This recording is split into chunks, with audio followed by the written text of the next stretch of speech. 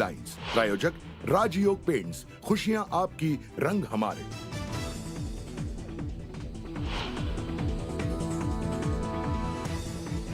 बुलढाण्यात खासगी बसचा भीषण अपघात, अपघातानंतर बसला आग, दुर्घटनेमध्ये 25 प्रवाशांचा होरपळून मृत्यू।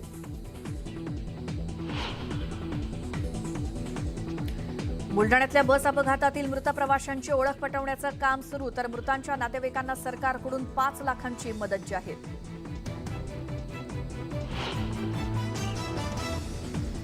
बुलढाण्यातल्या अपघातातून 8 प्रवासी बचावले, जखमींवरती रुग्णालयात उपचार सुरू। बसमध्ये नागपूर, यवतमाळ आणि वर्ध्यातील प्रवासी असल्याची माहिती।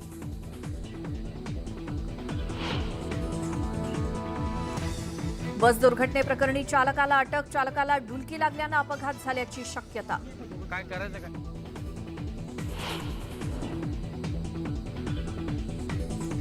नाशिक सापुतारा महामार्गावरती 2 कारचा भीषण अपघात, अपघातात 4 जण ठार तर 9 जण गंभीर जखमी।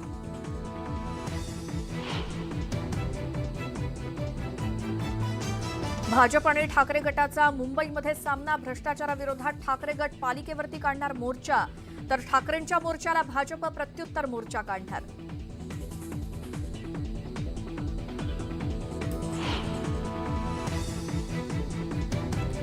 एकनाथ शिंदेंचा ठाकरे गटाला दे धक्का, राहुल कनाला शिवसेनेत प्रवेश करणार, कनाल ठाकरेंचे निकटवर्तीय।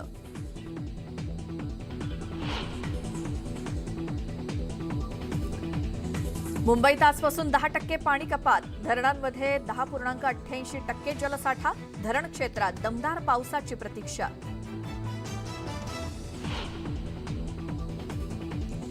पुढचे 2 दिवस मुसळधार पावसाचे, कोकण आणि विदर्भात मुसळधार पावसाची शक्यता, हवामान विभागानं वर्तवला अंदाज।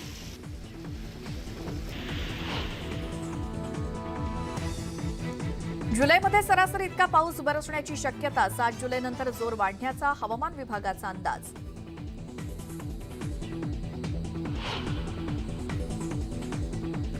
शिंदे फडणवीस सरकारचं मोठं गिफ्ट, राज्य सरकारी कर्मचाऱ्यांच्या महागाई भत्त्यात 4% वाढ, महागाई भत्ता 38%वरून 42%।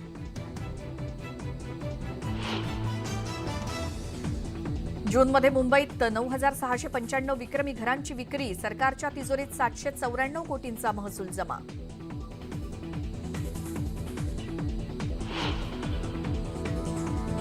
ताडोबा अंधारी व्याघ्र प्रकल्पातील कोअर झोन पर्यटकांसाठी बंद, मोसमातील अखेरच्या सफारी दरम्यान सोनम वाघिणीनं पर्यटकांना दिलं दर्शन।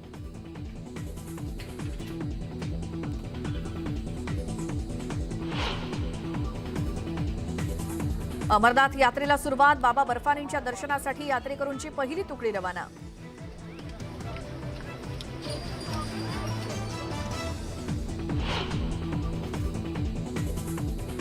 केनियामध्ये भीषण अपघात, भरधाव ट्रकची वाहनांना धडक, अपघातात 48 जणांचा मृत्यू।